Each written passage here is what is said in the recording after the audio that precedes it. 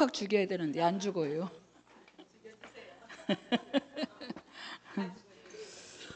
그러게요. 팍팍 죽여야 되는데 죽어지지가 않습니다. 여러분의 기도 덕분에 저도 미쿡을 다녀왔습니다. 여러분들 1차 가서 미쿡 갔다 왔다고 자랑하셨잖아요. 저도 덕분에 미쿡을 다녀왔습니다.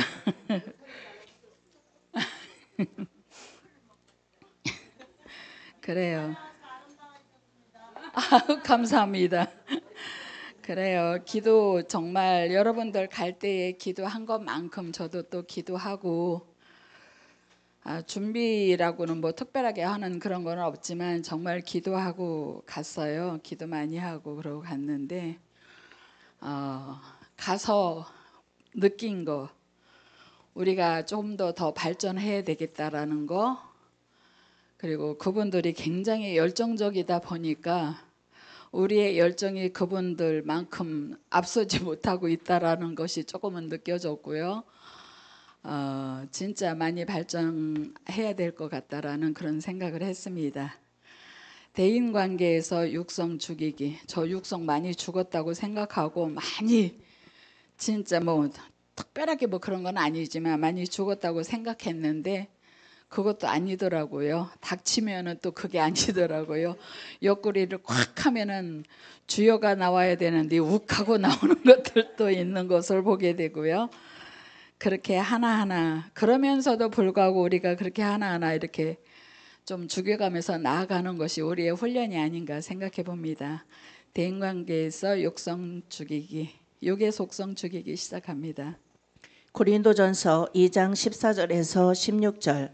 우리가 세상의 영을 받지 아니하고 오직 하나님께로 온 영을 받았으니 이는 우리로 하여금 하나님께서 우리에게 은혜로 주신 것들을 알게 하려 하심이라. 우리가 이것을 말하거니와 사람의 지혜의 가르친 말로 아니하고 오직 성령의 가르치신 것으로 하니 신령한 일은 신령한 것으로 분별하느니라. 육에 속한 사람은 하나님의 성령의 일을 받지 아니하나니 저희에게는 미련하게 보이며 또 깨닫지도 못하나니 이런 일은 영적으로라야 분별함이니라. 신령한 자는 모든 것을 판단하나 자기는 아무에게도 판단을 받지 아니하느니라. 누가 주의 마음을 알아서 주를 가르치겠느냐. 그러나 우리가 그리스도의 마음을 가졌느니라. 참고도서 헨리 나우엔과 영성의 내용을 보면 당신이 나에게 영적으로 산다는 것이 무엇인가 직선적으로 묻는다면 나는 중심에서 예수님과 더불어 사는 것이라고 대답하겠다. 본 참고 서적에서 말하고자 하는 것은 우리는 나의 이성과 경험, 세상의 가치관으로 살아가고 있다. 이런 세상적인 방법으론 영적인 삶을 살아갈 수 없다. 중심에 예수님과 더불어서 살아야 된다. 그것이 영적으로 산다는 것이다. 즉 우리 성도의 길은 이성에서 영성으로 갈 때 진정한 영적인 세계가 열려지고 육적, 혼적, 영적인 세계가 열리고 치유되고 성장되게 된다. 두 번째 참고도서 손에 잡히는 넬슨 성경 개관 내용의 두 아담의 비교가 나옵니다. 요한일서 2장 16절에 육신의 정욕, 안목의 정욕, 이생의 자랑, 또 창세기 3장 6절 첫 번째 아담인 에덴의 아담은 육신의 정욕을 나무를 본즉 먹음직도 하고 안목의 정욕은 보암직도 하고 이생의 자랑은 지혜롭게 할 만큼 탐스럽게도 한 나무. 또 누가복음 4장 1절에서 13절에 두 번째 아담인 예수님은 육신의 정욕은 이 돌들에게 명하여 떡덩이가 되게 하라. 안목의 정욕은 마귀가 천하만국을 보이며 절하라. 이생의 자랑은 예루살렘 성전에서 뛰어내리라. 즉 첫 아담의 육신의 정욕, 안목의 정욕, 이생의 자랑으로 온 선악과의 죄를 후 아담인 예수님을 통해서 회복시키신 내용입니다. 이 책에서도 보여주듯이 아담 하와의 잘못으로 온 저주를 예수님께서 오셔서 회복시키심을 볼 수 있습니다. 그렇기 때문에 하나님은 우리를 영의 나로 자라게 하는 것이 하나님의 관심 사항이며 모든 관계나 환경은 영의 나를 위한 훈련장입니다. 그렇다면 영의 나의 속성은 어떤 것인가? 영의 나라는 하나님의 속성을 가지고 있기에 이기적이며 세상적인 하나님의 속성에 반하는 속성을 가지고 다가오면 반드시 문제가 발생합니다. 그것은 스스로 알 수 있습니다. 내가 열심히 신앙생활을 했는데 현재의 나의 모습 속에서 문제가 발생했다면 자신의 신앙을 점검해 봐야 합니다. 하나님의 영의 나라는 화평이며 평화며 사랑이며 감사며 온유함이며 행복이며 겸손입니다. 지금 이 세계에서 벗어나 고통의 세계에 있다면 그것은 지금 영의 나로 가는 길에 문제가 있기 때문입니다. 그렇기 때문에 하나님의 영적 세계는 철저한 하나님의 말씀으로 이루어졌기에 말씀에서 벗어난 신앙의 길을 가는 사람에게는 한 점의 그름도 없이 고통이 찾아오게 되어 있습니다. 그래서 우리는 이기심과 세상적인 죄를 버리고 하나님의 말씀에 순종하며 살아야 됩니다. 내가 그리스도의 장성한 분량에 이르기까지 자라도록 하기 위해 하나님은 나로 하여금 이런 일 저런 일도 겪게 하십니다. 하나님이 하시는 일에는 의미 없는 것이 없습니다. 하나님은 별의별 사람을 붙이시거나 각종 사건이나 사고 혹은 환경들을 동원해 나를 훈련시키는 의도는 나의 영을 성장시키기 위함입니다. 이것을 눈치챈다면 모든 발생하는 재반 일에 대해서 하등의 원망이나 불평할 일이 없어집니다. 그래서 일이 꼬일 때는 하나님과의 관계, 영적 세계를 점검해야 합니다. 아멘. 그렇습니다. 우리가 아무리 열심히 신앙생활을 했다 하더라도 그 나의 모습 속에 문제가 발생한다면 자신의 신앙을 점검해 봐야 한다라고 또 여기에 말씀하고 있어요. 그리고 하나님의 영의 나라는 화평이며 평화며 사랑이며 감사며 온유함이며 행복이며 겸손이다. 이렇게 말씀하고 있습니다. 그래요. 우리 마음 가운데 예수님이 좌정에 있지 않냐고, 예수님과 함께 하지 않으면 우리 목사님 항상 말씀하시는 것이 하나님과의 우리 관계를 회복하라라고 말씀하고 계십니다. 우리 마음속에 하나님을 모시고 사는 우리가 그 관계 회복이 되지 않으면 그래요. 육성이 죽었다라고 생각을 하고 대인관계에서 육성을 죽였다라고 생각하는데 나도 모르게 나오는 욱욱하는 것이 없어야 되는데 그게 없다라고 생각을 하면은 아니겠죠. 순간순간 드러나는 것이기 때문에. 그러나 나도 모르게 잠재의식 속에 있는 것까지도 빼내야 된다라는 거예요. 그런데 그것이 쉽게 빠져지지가 않더라고요. 그런 거를 보면서 하나님의 영의 나라로 성장해 가려면 내 속에 잠재 있는 것까지 꺼내서 죽여야 한다. 전에 우리 함수경 목사님이 그랬잖아요. 시퍼렇게 살아있는 육성을 죽여야 된다고. 그냥 살아있는 게 아니라 시퍼렇게 살아있다라고 그랬어요. 그 말 억양 하나하나가 보면은 정말로 얼마나 강하고 강하기 때문에 시퍼렇게 살아있다라고 말할 수 있는가. 우리 누구나 다 그래요. 사실을 찔러보면은 다 그렇게 거룩한 것 같고 정말 이 신앙생활을 잘하는 하나님의 사람같이 보인다 할지라도 순간순간 나오는 것이 그 처리가 될 때까지가 우리의 훈련이 아닌가 그렇게 생각해 봅니다. 그러기 위해서 우리가 대인관계에서 버릴 것이 무엇인가 한번 살펴보겠습니다. 첫째, 미움 버리기. 미움은 영의 성장을 방해합니다. 마음속에 오랜 기간 동안 품고 있는 미움은 살인 동기를 제공합니다. 미움의 감정은 어떻게 나타나는가? 상대방을 쌀쌀하게 대하는 것입니다. 상대방에 대해서 공격적이며 비판적인 말을 합니다. 상대방이 잘못했을 때 용서가 안 됩니다. 상대방으로부터 쉽게 고개를 돌려버립니다. 상대방에게 관심을 보여주지 않습니다. 상대방에 대해서 말하거나 생각하는 것도 싫어집니다. 모든 것을 이해하는 것은 모든 것을 용서하는 것입니다. 이해하면 용서하게 되고 안 미워하게 됩니다. 이해하는 폭이 넓어지는 만큼 용서의 폭도 넓어집니다. 이해란 상대방의 입장에 내가 서 보는 것입니다. 아멘. 그래요. 상대방의 입장에서 내가 서보는 것. 그냥 마음의 생각을 그의 입장에서 생각해 보라라고 그렇게 말합니다. 근데 미움이 우리 안에 미움이 있다는 것도 그 사람한테 관심이 있는 거라고 저는 생각을 해요. 관심이 없으면 그 미움도 없거든요. 사실은 뭐 아무 관계가 없는 거잖아요. 관계가 없기 때문에 미움이 없는 거예요. 미움이 있는 것은 그 사람과 나와의 관계가 있다라는 거예요. 그것은 희망이 있는 거예요. 우리가 회복해서 다시 사랑으로 나갈 수 있는 희망이 있다라고 저는 그렇게 생각해 봅니다. 그러나 기왕이면은 정말 주님 안에서 주님의 마음을 가지고 사랑하는 것과 미워하면서 사랑하는 것과는 차이가 있겠죠. 그죠? 그것을 주님의 마음을 품어서 사랑할 수 있는 우리 마음이 되기까지 우리는 훈련을 해 나가야 되지 않을까 생각해 봅니다. 두 번째, 경쟁심 버리기. 세상 삶의 방식을 따라 살고 있는 한 예수님 닮기는 곤란하다. 자기 연민, 낙심, 자학은 경쟁심에서 나온다. 하나님의 범주를 인정하고 자기 분수를 알고 살라. 이것이 하나님의 주권을 인정하는 일입니다. 육의 나를 비교하지 말고 영의 나의 모습과 비교하라. 육신적인 비교는 도토리 키 재는 것과 다를 바 없다. 하늘에 속한 영의 나를 비교하면 거룩한 욕구가 생깁니다. 내가 성화된 만큼 범사에 자유로워집니다. 경쟁심은 육으로 살고 있다는 증거입니다. 비교하는 전문가가 되지 말고 자기 앞에 주어진 삶을 주시하라. 인간적인 수준보다 더 낮은 동물적 수준에서 살지 말고 남이 나보다 나으면 그대로 인정해줘라. 영안이 열려서 타인의 영을 만지게 되면 경쟁심 같은 것은 자취를 감추게 됩니다. 아멘.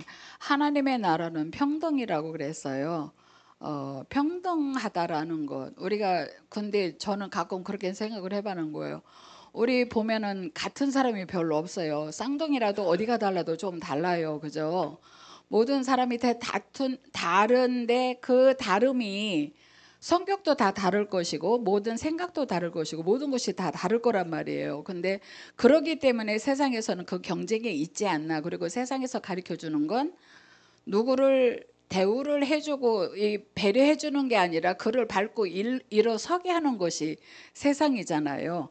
그러니까 그것이 우리가 훈련을 해야 될 것이 아닌가. 주님 안에서는 평등이라고 했으니까 우리가 성장을 하려면 서로 배려해주고 사랑해주고 이 경쟁심 같은 건 없어야 된다라고 이렇게 생각을 해요. 그러는데 사람의 이 마음 속에 있는 욕심이 다 제거되지 않는 한은 그렇게 되지는 쉽지 않다.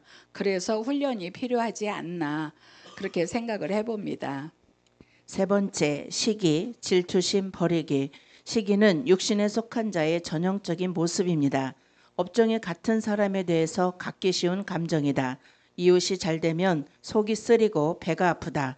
남 잘 되는 꼴을 보기 싫다. 사실 예수님도 시기 질투심 때문에 죽임을 당하셨다. 내 안에 시기심이 있으면 남에 대해 칭찬의 말을 하기 싫어진다. 상대방을 있는 그대로 인정해주고 용납하고 더 나아가 칭찬해줘라.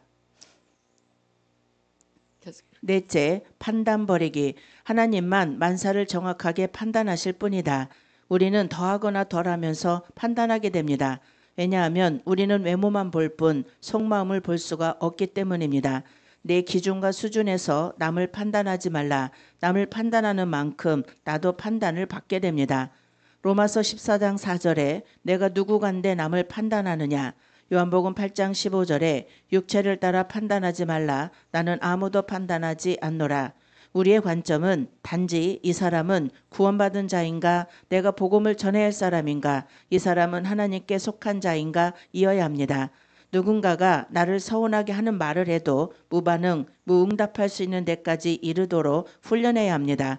조금만 찔러도 꿈틀거림은 아직도 육성이 시퍼렇게 살아있다는 증거입니다.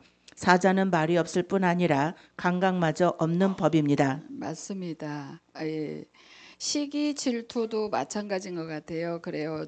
전에 누가 그랬던가 저한테 그래요. 우리 집안 누군가가 집을 멋지게 지어가지고 그쪽으로 이사를 간다라고 그래요. 그러면서 너무 좋겠다라고 칭찬을 하더라고요. 그러는데 옆에서 배가 안 아파? 라고 누가 물었어요. 지나가는 말로. 그런데 배가 아픈 것보다는 옛날 같으면은 부러움이 있었을 거예요. 부러움이 아유 좋겠다라는 말이라도 그 부러움이 있었을 텐데 언젠가부터는 그런 것들이 부러워지는 그런 마음이 없어지는 것 같아요. 그래서 제가 이번에 미국 가서 보면서 막 미국 막 이렇게 해서 정말 너무 근사하고 좋은 줄 알았어요. 미국 땅이. 근데 그 땅이나 우리 땅이나 다 똑같고 사람 모양만 조금 다를 뿐이고 제가 거기 가서 이렇게 좋다는 게 내가 그 말은 몇 번 했어요. 굉장히 한가롭다. 이게 이 마을이 있는 그게 우리 지금으로 보면은 왜 펜션 같은 거 예쁜 펜션을 지어서 이렇게 있는 것 같이 제 눈에는 그렇게 보였어요. 그렇게 보이는데 사람들이 급한 게 없더라고요. 그래서 순간 내가 생각해 소나기가 쏟아져도 저 사람들 안 뛸까 이런 생각을 해봤어요.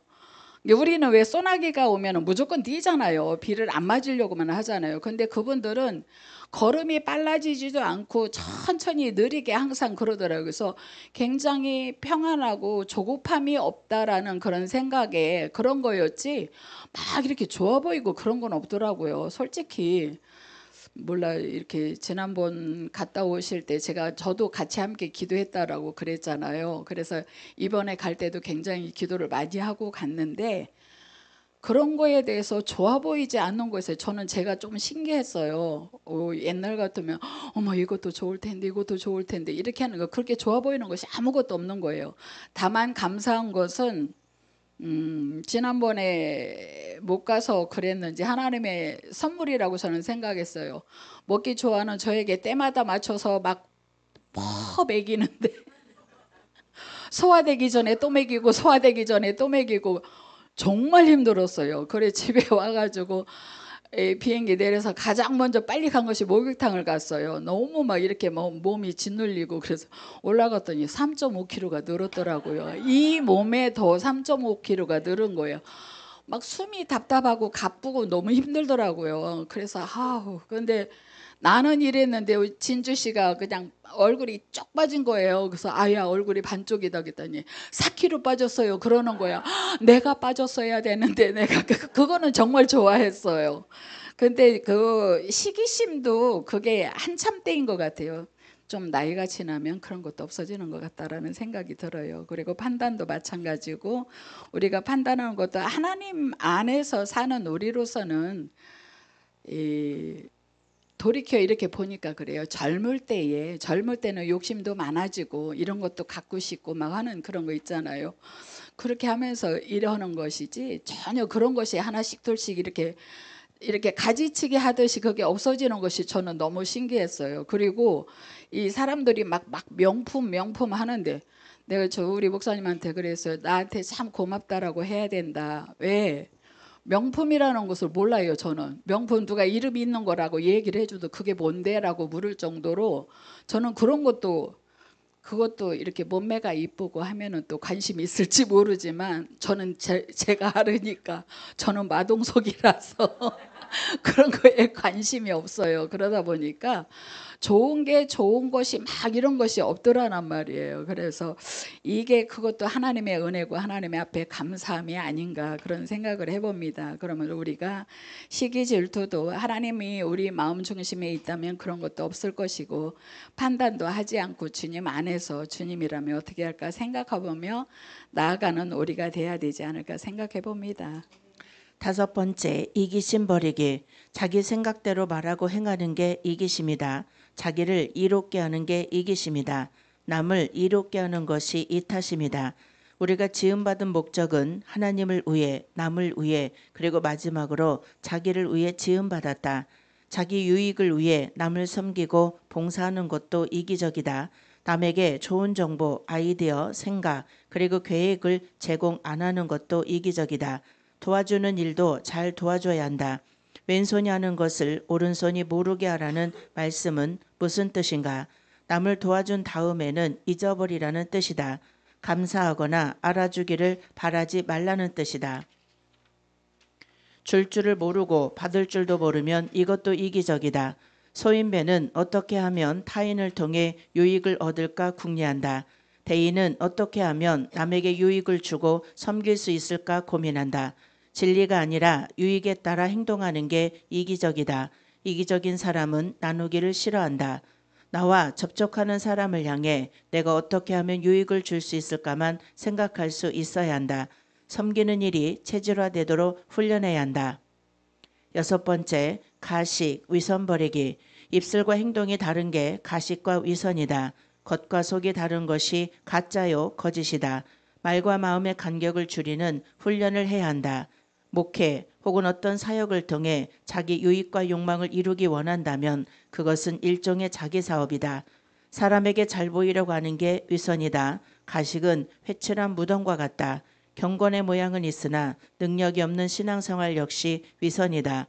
이는 바람에 날려가는 겨와 같은 것이다. 아멘. 그렇습니다. 우리가 주님 안에서 이 가나안의 훈련을 받고 있는 우리로서는 정말 경건의 모양만 있으나 능력이 없는 신앙생활을 하는 것이 위선이라고 그랬어요. 근데 우리는 겉과 속도 같고 또한 우리 아버지 하나님 앞에 기도하며 나아가는 우리로서는 경건의 모양이 있다면 경건의 능력까지 갖추어서 언제 어느 곳에서든지 정말 하나님의 자녀답게 쓰임의 도구가 되는 우리가 되는 것이 아닌가 싶어요.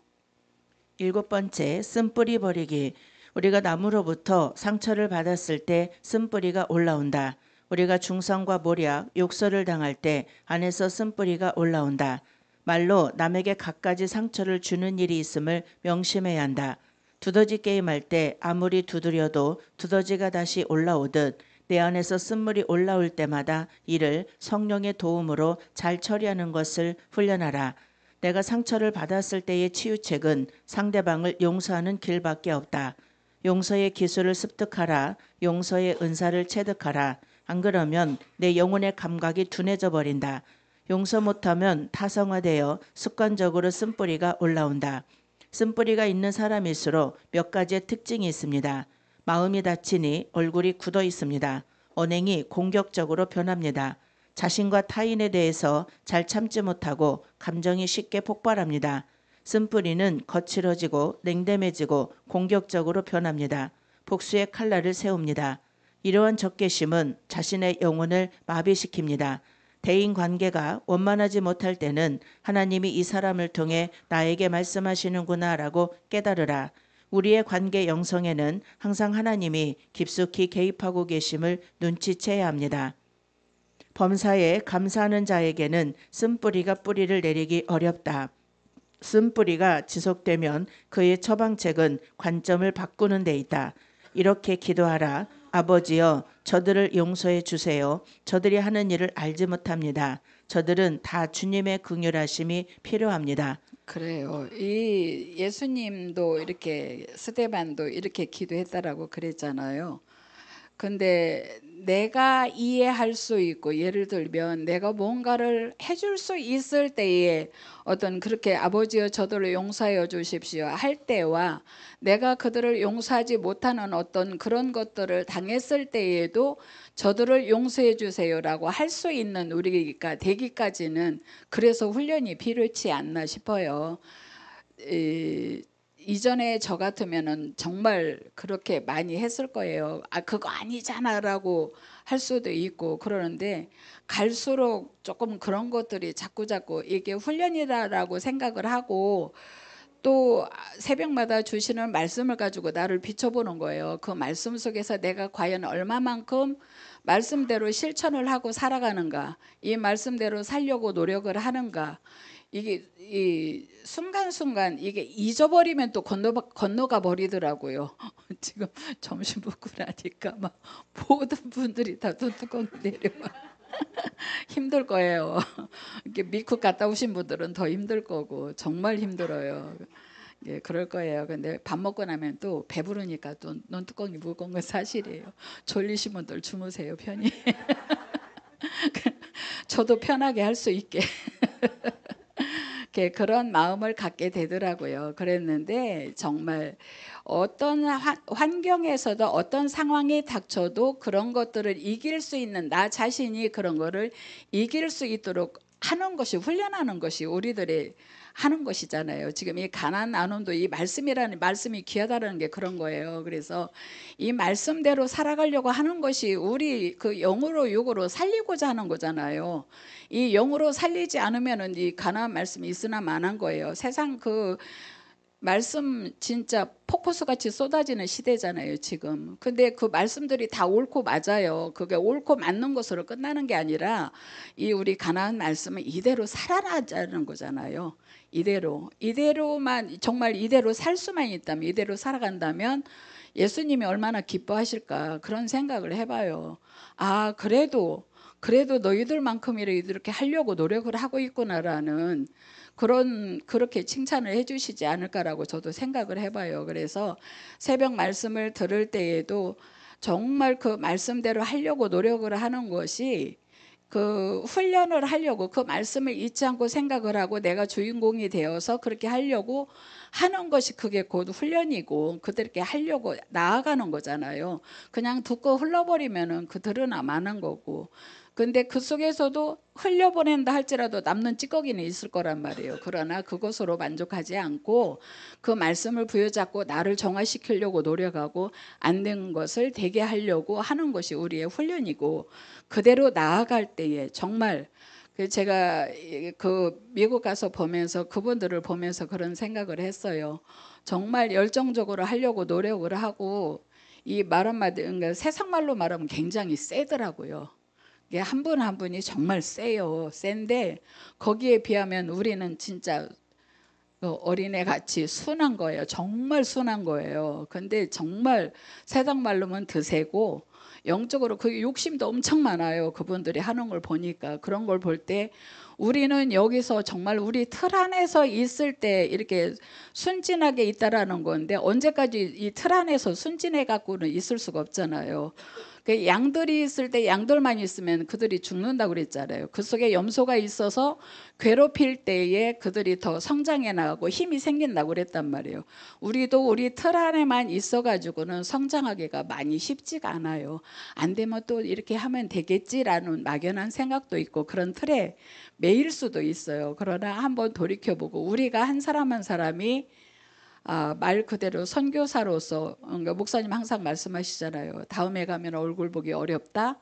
그 얼굴 보기 어렵다라는 그 말씀이 처음에는 저 굉장히 쉽게 생각했어요. 근데 나가서 보니까 그게 쉬운 게 아니더라고요. 정말 우리가 훈련을 해야, 제대로 훈련을 해야 어떤 사람이 어떤 환경에서 어떻게 나를 찔러서 이렇게 들어올 때에도 내가 이렇다라고 이야기를 해줄 수 있을 만큼의 우리 훈련이 돼야 된다라는 그런 생각을 하게 되더라고요. 그래서 조금 열심히 좀 해야 되겠다라는 생각을 해봤습니다. 예수님과 스데반이 이런 기도를 했습니다. 쓴뿌리가 빠진 그 자리에 감사와 신령한 노래로 가득 채워야 합니다. 범사에 감사하라. 이는 모든 크고 작은 사건에는 감사할 이유가 있기 때문이다. 두 번째, 좋은 영성과 관계를 가지려면 어떻게 해야 하는가? 길들여진 들짐승은 사람들과 잘 어울려서 살아갈 수 있습니다. 그리고 자신들에게 필요한 것을 얼마든지 얻을 수 있습니다. 왜냐하면 그들은 사람들과의 신뢰의 관계가 형성되었기 때문입니다. 신뢰가 무엇인가? 그것은 서로의 마음을 열어놓은 상태입니다. 미물인 짐승도 알고 보면 얼마든지 자신의 의사를 사람들에게 전달할 수 있습니다. 그런데 왜 사람들 간에는 서로의 의사가 전달되지 않는 것일까? 그것은 서로에 대한 신뢰, 존경이 없기 때문입니다. 얼마든지 우리는 대화로 풀어갈 수 있습니다. 그러나 우리들 스스로가 그 길을 거부하고 있습니다.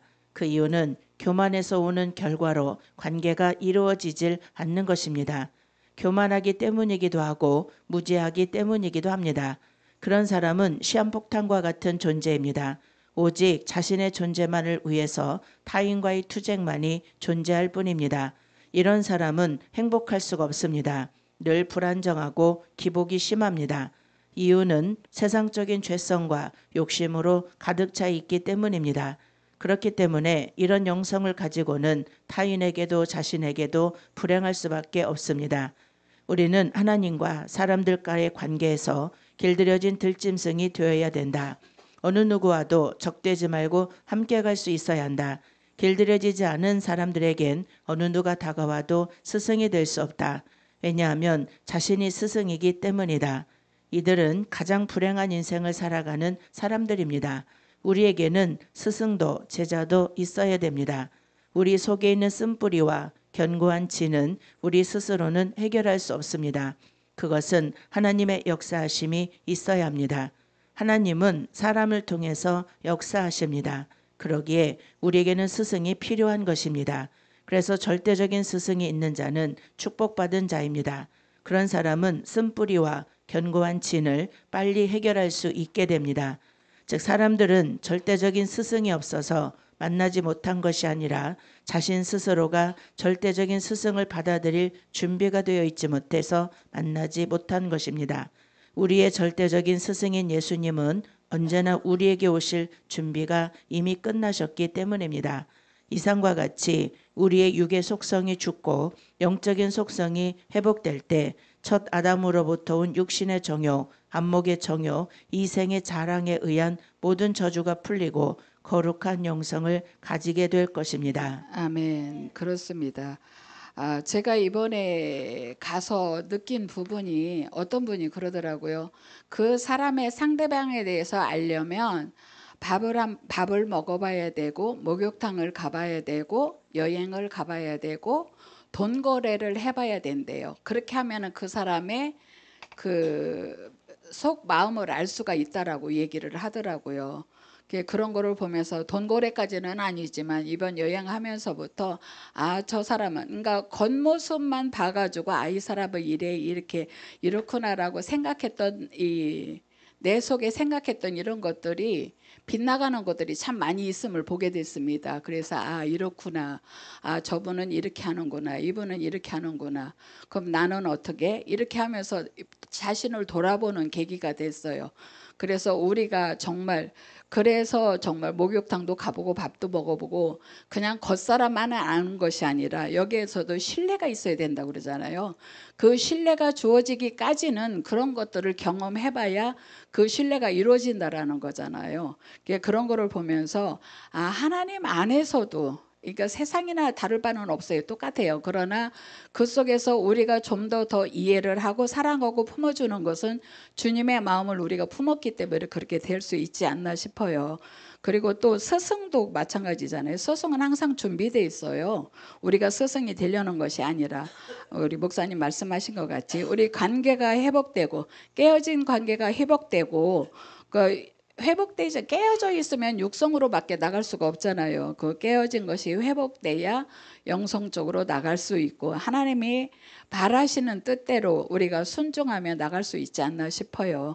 그것이 우리 가나안 영성의 24강이 아닌가 생각해보고 우리 육성도 마찬가지로 죽어지는 것도 내가 죽고 싶다고 해서 죽는 것이 아니고 정말 주님 안에서의 나를 다스릴 수 있는 내가 나를 조정할 수 있는 그런 능력을 우리가 키워야 되고 또 신뢰감을 가짐으로 인해서 그 주님 안에서의 사랑하고 품어주는 것이 그렇게 하면서 내가 죽고 상대를 살릴 수 있는 그런 단계까지 우리가 오지 않을까 기대하면서 열심히 훈련을 받고 우리 나갔으면 좋겠습니다. 감사합니다.